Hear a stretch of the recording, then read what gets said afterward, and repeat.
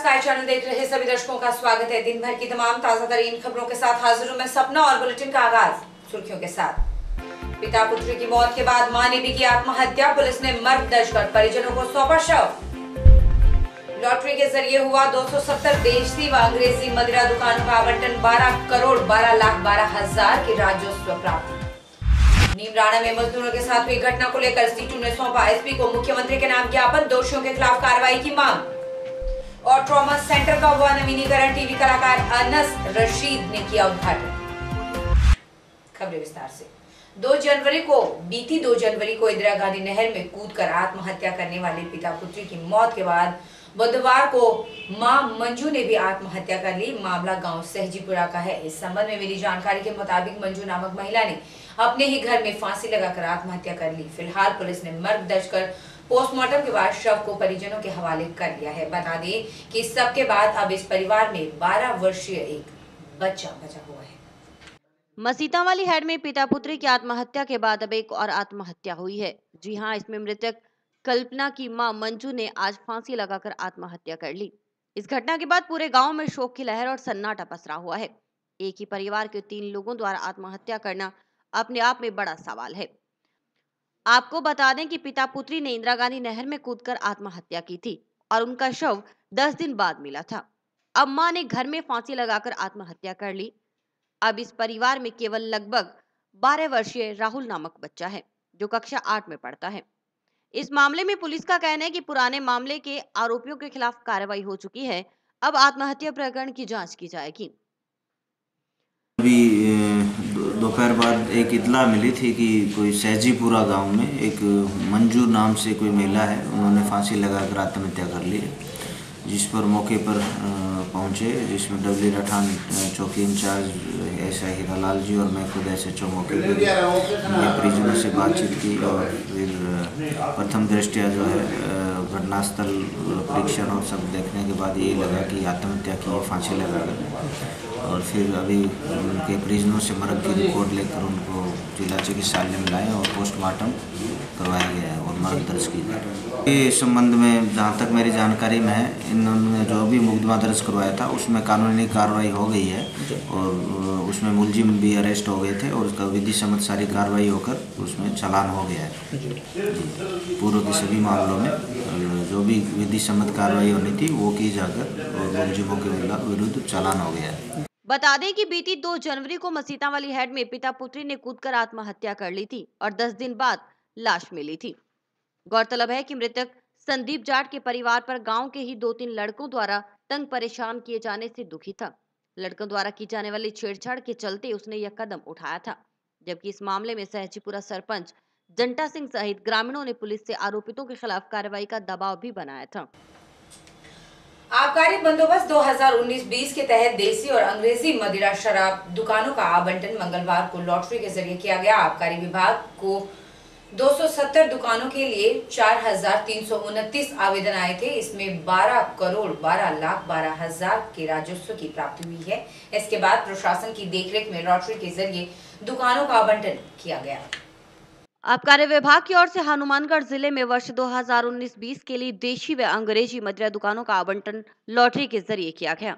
Town स्थित royal paradise में देर शाम तक लॉटरी प्रक्रिया के तहत दुकानों का आवंटन किया गया। जिला आबकारी अधिकारी सहदेव रत्नू ने बताया कि 2070 दुकानों के लिए 4,329 आवेदन आए थे, जबकि 2 दुकान पीलीबंगा व 1 दुकान सूर्यवाला की। इन 3 दुकानों के लिए किसी ने भी आवेदन नहीं किया। ऐसे में 270 दुकानों का आवंटन किया गया है। आबकारी बंदोबस्त 2019-20 से 12 करोड़ 12 लाख 12 हजार की राजस्व प्राप्ति हुई है। 4329 फार्म प्राप्त हुए। प्रत्येक एक फार्म के साथ में 28,000 रुपये आवेदन शुल्क लगा था और जिले को इस आवेदन शुल्क से 12 करोड़ 12 लाख 12 हजार रुपये की राशि प्राप्त हुई, जो एक राजस्व में अच्छा योगदान रहा। और 273 में से 270 देशी मदिरा दुकानों की लॉटरी निकली। 3 के लिए आवेदन ही प्राप्त नहीं हुए थे, जिसमें से 3 में से 2 पीलीबंगा नगर पालिका क्षेत्र की दुकानें थी और 1 सूर्यवाला। इनका बाद में पुनः बंदोबस्त किया जाएगा। आबकारी अधिकारी सादेव रत्नू ने बताया कि जिन आवेदकों को दुकानों का आवंटन किया गया है उनमें अंग्रेजी शराब की 26 दुकानों की लाइसेंस फीस 40% 8 मार्च तक जमा करवानी होगी। शेष 60% 15 मार्च तक जमा होगी। देशी मदिरा दुकानों की धरोहर का 4% राशि 8 मार्च तक जमा करवानी होगी। राशि जमा नहीं होने की स्थिति में लॉटरी निरस्त कर दी जाएगी। इनके जो समस्त जो सफल आवेदक हैं जिनके नाम से लॉटरी निकली है, उनको अंग्रेजी शराब की जो 26 दुकानों की लॉटरी निकली, उनको अपनी लाइसेंस फीस जो जमा होनी है उसका 40% 8 तारीख शाम से पहले उनको जमा कराना है और शेष 60% लाइसेंस फीस का जो 15 तारीख तक जमा होना है। देसी मदिरा की जो दुकानें हैं उनमें जो धरोहर 8% जमा होनी है, 8 में से 4% धरोहर उनकी दुकान की 8% की जो बनी है उसमें 4% 3 दिन के अंदर यानी 8 मार्च तक जमा होनी है और शेष 4% 15 तारीख तक जमा होनी है। ऐसा नहीं होने की सूरत में दुकान निरस्त करके R1 को ये अलॉट कर दी जाएगी। अलवर के नीमराणा में मजदूरों और पुलिस के साथ हुई झड़प का मामला अब हनुमानगढ़ में भी पहुंच चुका है, जहां सीटू कार्यकर्ताओं ने एसपी कार्यालय के आगे धरना दिया और घटना में जख्मी हुए मजदूरोों को न्याय दिलाने की बात की। इसके साथ ही सीटू कार्यकर्ताओं ने एसपी को मुख्यमंत्री के नाम एक ज्ञापन भी सौंपा।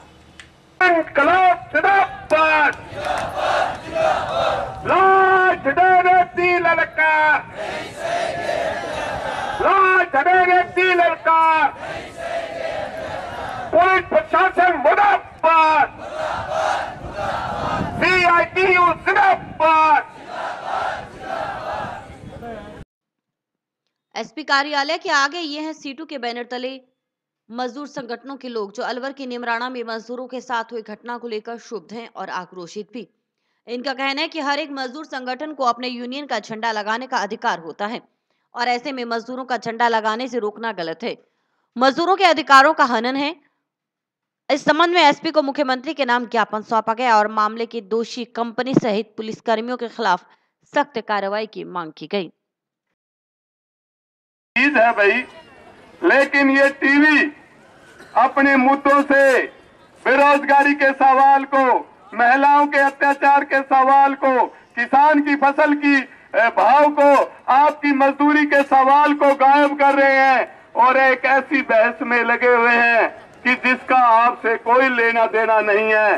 इसलिए साथियों, हमें आज इस बात के साथ भी कि हम तमाम मजदूरों को एक करते हुए जो ये फीका प्रेस ताकते हैं, जो टीवी के जरिए, जो अंबानी के 164 चैनल है टीवी के, अनिल अंबानी के भाई मुकेश अंबानी के, वो आपकी बात नहीं करेंगे, उनसे मुकाबला करना पड़ेगा। इसलिए साथियों, एक बार फिर मैं आपसे यही अपील करता हुआ कि आप तमाम लोग इस लड़ाई को, मजदूर एकता को और मजबूत करेंगे। आज का जो कार्यक्रम है कि 8 और 9 जनवरी को राष्ट्रव्यापी हड़ताल थी।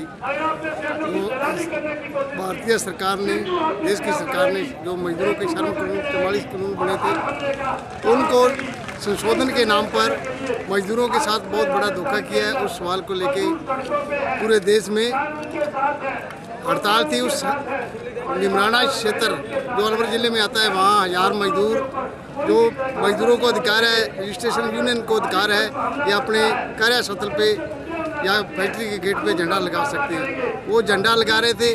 वहाँ की पुलिस प्रशासन ने बेरहमी से बर्बर उन पर लाठियाँ बरसाई, अश्रु गैस छोड़े गए, गोली चलाई गई।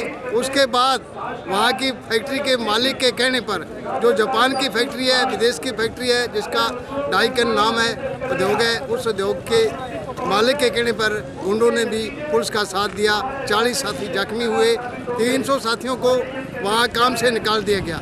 हमारी मांग है कि जो पुलिस कर्मचारियों ने बर्बर लाठीचार्ज की, जिन मजदूरों को काम से निकाला गया, उनको बिना शर्त काम पे लिया जाए और पुलिस के दोषी कर्मियों के खिलाफ न्याय जांच हो।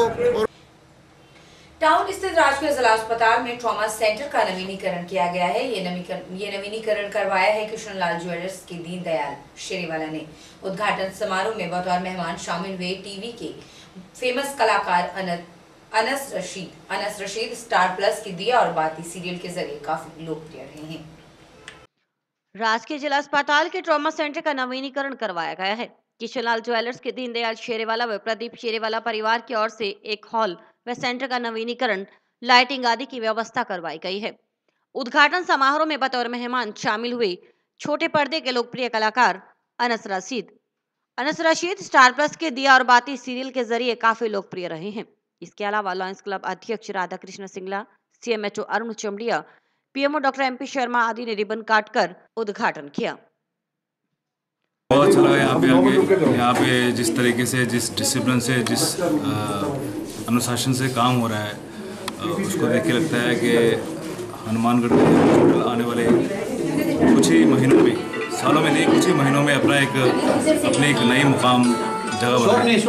और मैं यहाँ के सारे स्टाफ को, specially my friend Neeraj ji, Pradeep Sherewala जी, सबको, उनकी फैमिलीज़ को, सबको मुबारकबाद देता हूँ और सबको शुभकामनाएं देता हूँ और बोलता हूँ कि, और यही मनोकामना है कि ये हॉस्पिटल जिस तरीके से यहाँ का वर्किंग स्टाफ है, जो यहाँ का एटीट्यूड है, जो यहाँ का एटमॉस्फेयर है, वो एकदम ऐसा लगता है जैसे कोई प्राइवेट हॉस्पिटल है। All the very best. Doctor MP Sharma ji ने एक दरख्वास्त की थी, वो दरख्वास्त पूरी हो जाए, यही मेरी दिली मेडिकल कॉलेज की और उसकी सब MP शर्मा जी नहीं बल्कि हम सब दिल से यही इच्छा है कि वो जल्द से जल्द खुले। PMO डॉक्टर MP शर्मा का कहना था कि जन सहयोग से जिला अस्पताल में सुविधाओं का विस्तार होने के साथ साथ सौंदर्यकरण बढ़ा है। उन्होंने कहा कि यदि इस तरह सहयोग मिलता रहा तो वो दिन दूर नहीं जब हनुमानगढ़ में भी मेडिकल कॉलेज होगा। आज अति प्रसन्नता का विषय है मेरे लिए और हमारे सबके लिए, हॉस्पिटल परिवार के लिए, कि शेरेवाला परिवार के प्रदीप शेरेवाला जी ने और उनके पिताश्री ने इस ट्रॉमा सेंटर का रेनोवेशन कराना शुरू किया है। इन्होंने एक वार्ड का और ये जो लॉबी का जो रेनोवेशन कराया है, ये बहुत ही सराहनीय का, और इसमें काफ़ी अच्छी लाइट की और व्यवस्था हुई, सुंदर भी लगने लगे।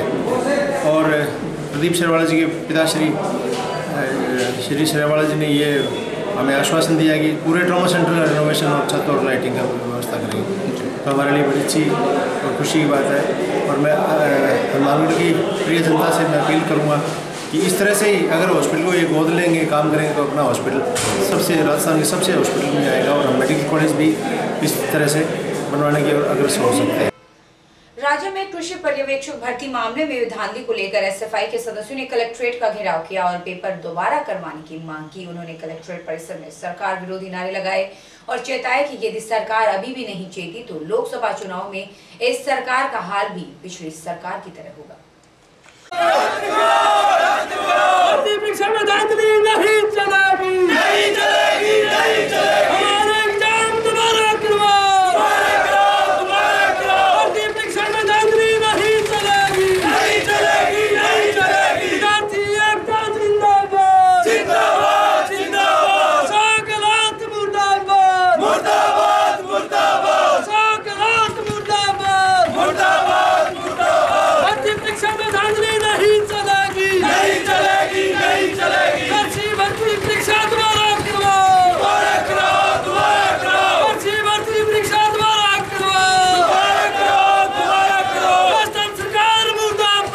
सरकार के खिलाफ नारेबाजी कर रहे ये हैं SFI के सदस्य, जो हाल ही में हुई कृषि पर्यवेक्षक परीक्षा में हुए घपले को लेकर विरोध जता रहे हैं।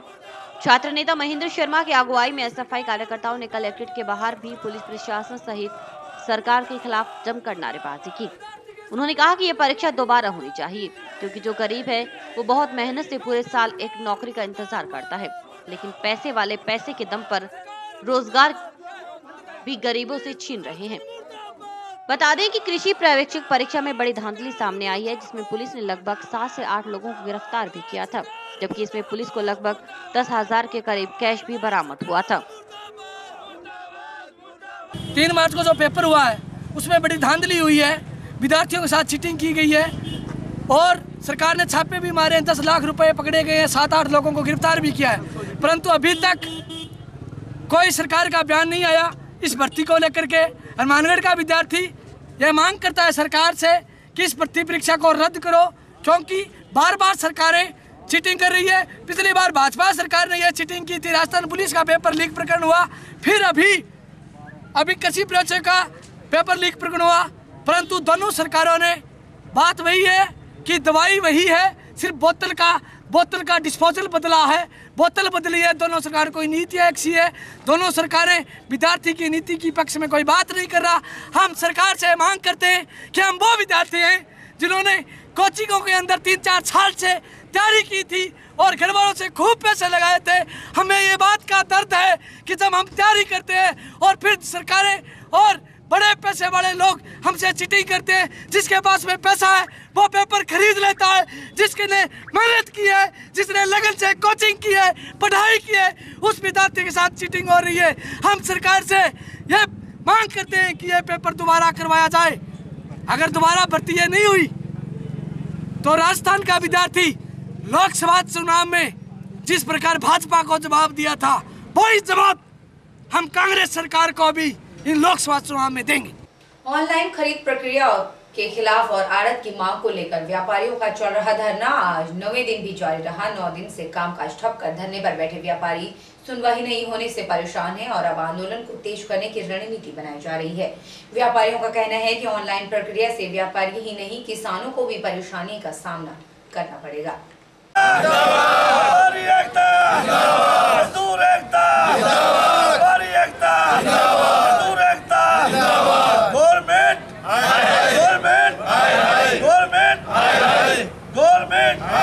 जो व्यापारियों की मांगे नहीं मानती सरकार, जो व्यापारियों की मांगे सरकार नहीं मानती, व्यापारियों की मांगे नहीं मानती सरकार। गवर्नमेंट व्यापारी एकता। मुख्य मांग यही है कि समर्थन मूल्य पर खरीदी जाने वाली सभी कृषि जिनसे व्यापारियों के माध्यम से खरीदी जाए और उस पर व्यापारियों को ₹2.25 रुपये जो 20 सालों से 25 सालों से जो हमारी आड़त मिल रही है वो मिलनी चाहिए। इस बार सरकार ने नया कानून बना दिया कि पहले ऑनलाइन बुक कराओ, उसके बाद हम समय देंगे, समय देने के बाद आप गेहूँ तुलाएंगे। तो हमारे यहाँ पे जैसे जंक्शन टाउन की मंडी में करीब 50 लाख कट्टे गेहूँ के आते हैं और गेहूँ एकदम एक टाइम पे सारी एक समय ही पक जाती है 20-25 दिनों में और सारी वो मंडी में आ जाती है।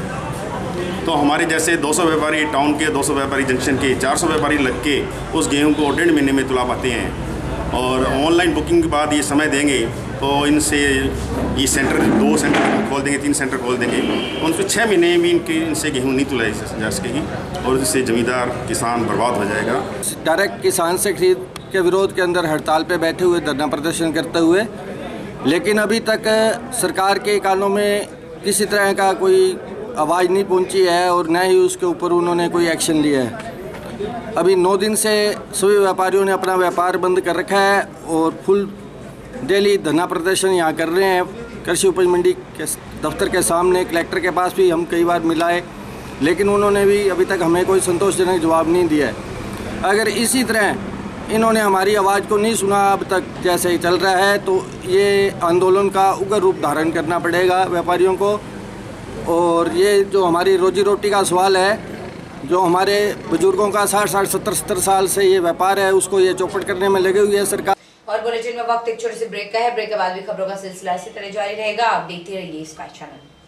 Baby Happy Modern PG College, a brand for quality education. Students के करियर को ध्यान में रखते हुए विभिन्न प्रकार के कोर्सेज करवाए जाते हैं, जैसे BSc, BCom, BCA, BA, MSc Chemistry, Physics, Botany, Zoology, Mathematics, Computer Science, MCom, ABST, MA Geography, Sociology, Punjabi. महाविद्यालय स्टाफ की कड़ी मेहनत से गत 6 वर्षों के परीक्षा परिणाम में 145 विद्यार्थियों ने महाराजा गंगा सिंह विश्वविद्यालय की वरीयता सूची में स्थान प्राप्त कर एक नया कीर्तिमान स्थापित किया है। महाविद्यालय कॉर्पोरेट वर्ल्ड को ध्यान में रखते हुए समय समय पर विद्यार्थियों के लिए कैरियर गाइडेंस सेमिनार आयोजित करवाता है। महाविद्यालय में सभी प्रायोगिक विषयों की सुसज्जित लैबोरेटरीज, प्लेग्राउंड तथा ट्रांसपोर्ट आदि की सुविधाएं उपलब्ध हैं।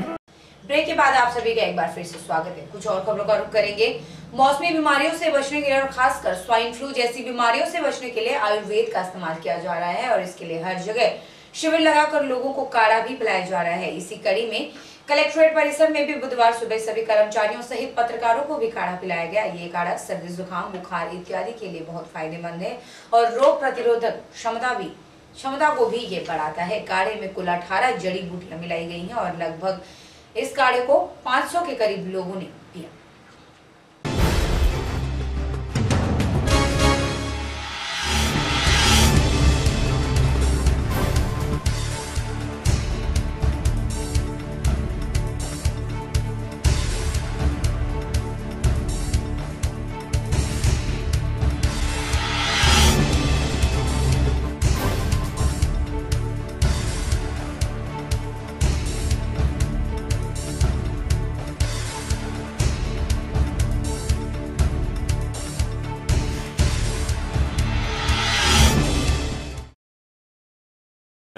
मैं वैद्य तीर्थ कुमार शर्मा जिला आयुर्वेद चिकित्सालय में प्रभारी के पद पर कार्यरत हूँ।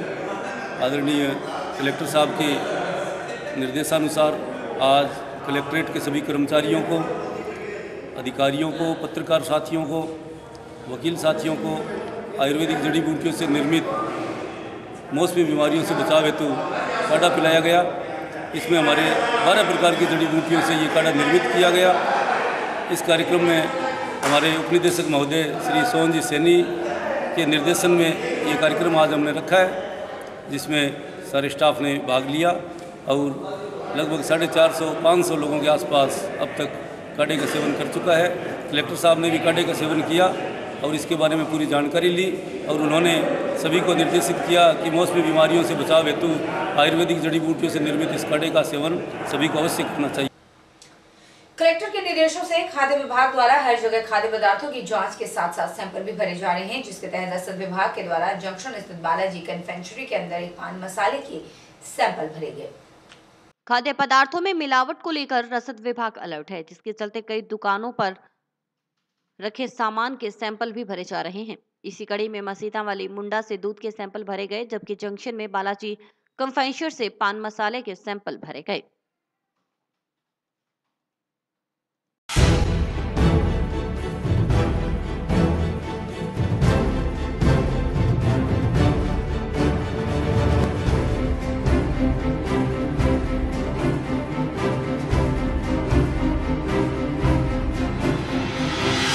चिकित्सा एवं स्वास्थ्य विभाग की टीम द्वारा निरंतर जितने भी प्रकार की ये पान मसाले है या कोई और पदार्थ जिसके अंदर मिलावटी पदार्थ, दूध है, दूध की बार बार में शिकायतें मिल रही है, इसके ऊपर लगातार हमारे एफएसओ साहब हरिराम जी वर्मा द्वारा सीएमओ साहब के निर्देशन में कार्रवाई की जा रही है।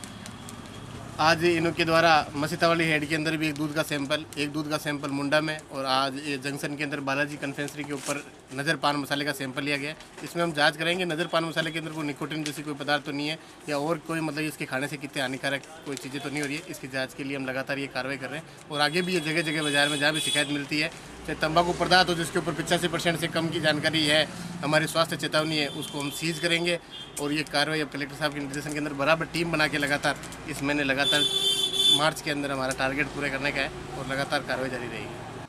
बैंक ऑफ बड़ौदा टाउन शाखा द्वारा दर्ज मामले में कार्रवाई करते हुए पुलिस ने अनिल कुमार को गिरफ्तार किया है। इस संबंध में मिली जानकारी के अनुसार टाउन के सूर्यनगर में सतनाम का मकान है, जबकि सतनाम कनाडा में रह रहा है। अनिल कुमार और महेंद्र सिंह ने मिलकर गौरव ट्रेडिंग कंपनी बनाई और सतनाम के मकान पर धोखाधड़ी से 30 लाख का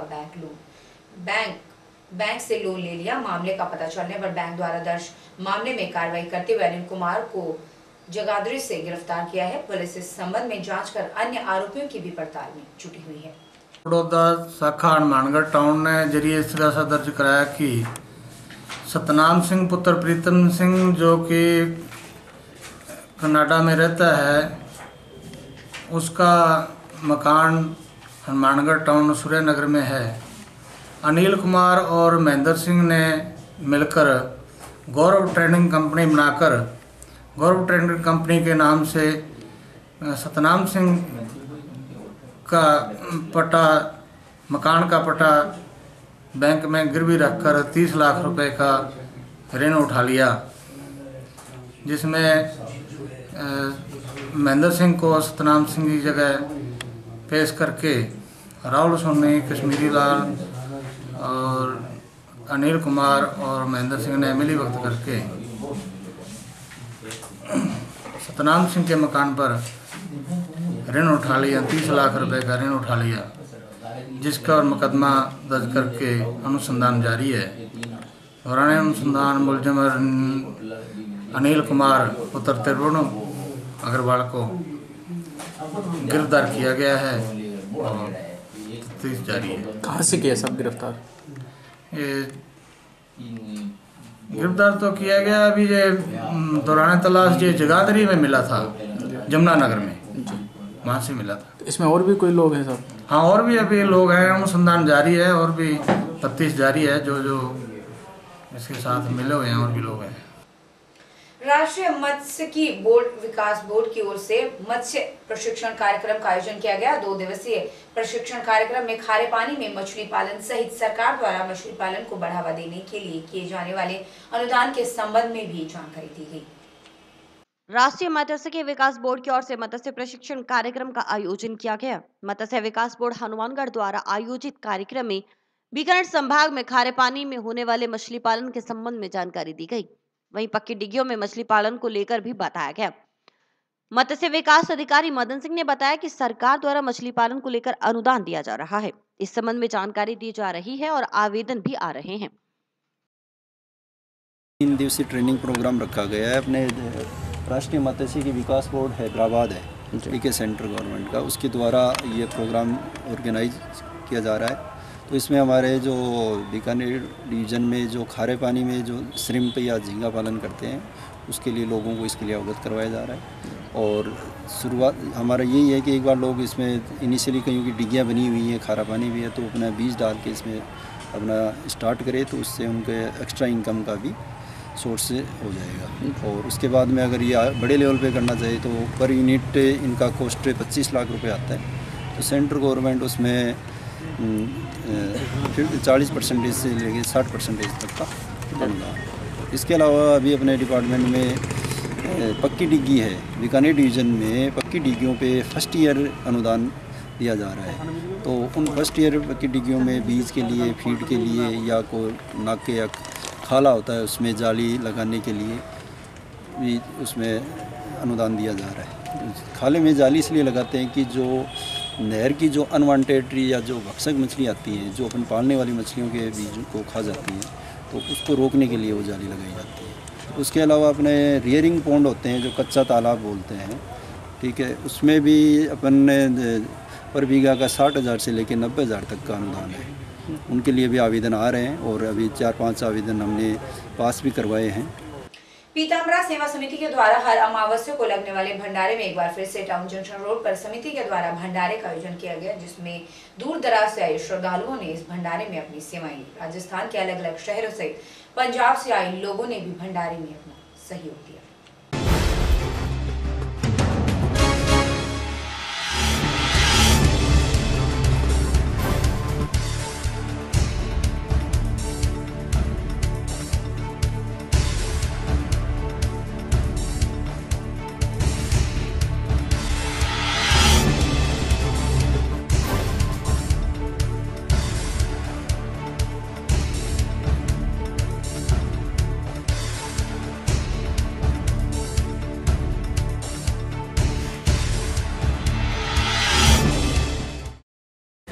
मैं पटियाला से संदीप बंसल यहाँ पे भंडारे के लिए जो हर अमावस को लगता है गुरुदेव की कृपा से, इसके लिए सेवा करने के लिए आया हूँ और बहुत अच्छा लग रहा है। आप सबसे अपील है कि आप भी सब यहाँ पे आएँ और भंडारे में भरें। नमस्कार, हर अमावस को हम यहाँ पे गुरुदेव की कृपा से भंडारे लगाते हैं। हम गंगानगर से आके सेवा देते हैं और हर अमावस को हमारे परिवार से कोई ना कोई आके यहाँ पे सेवा देते हैं। आपसे अपील है आप लोग भी आके यहाँ पे बढ़ चढ़ के हिस्सा लें यहाँ पे। तो बुलेटिन में आज के लिए इतना ही। कल आपके सामने कुछ और खबरों के साथ पेश होंगे, तब तक के लिए मुझे दीजिए इजाजत। नमस्कार।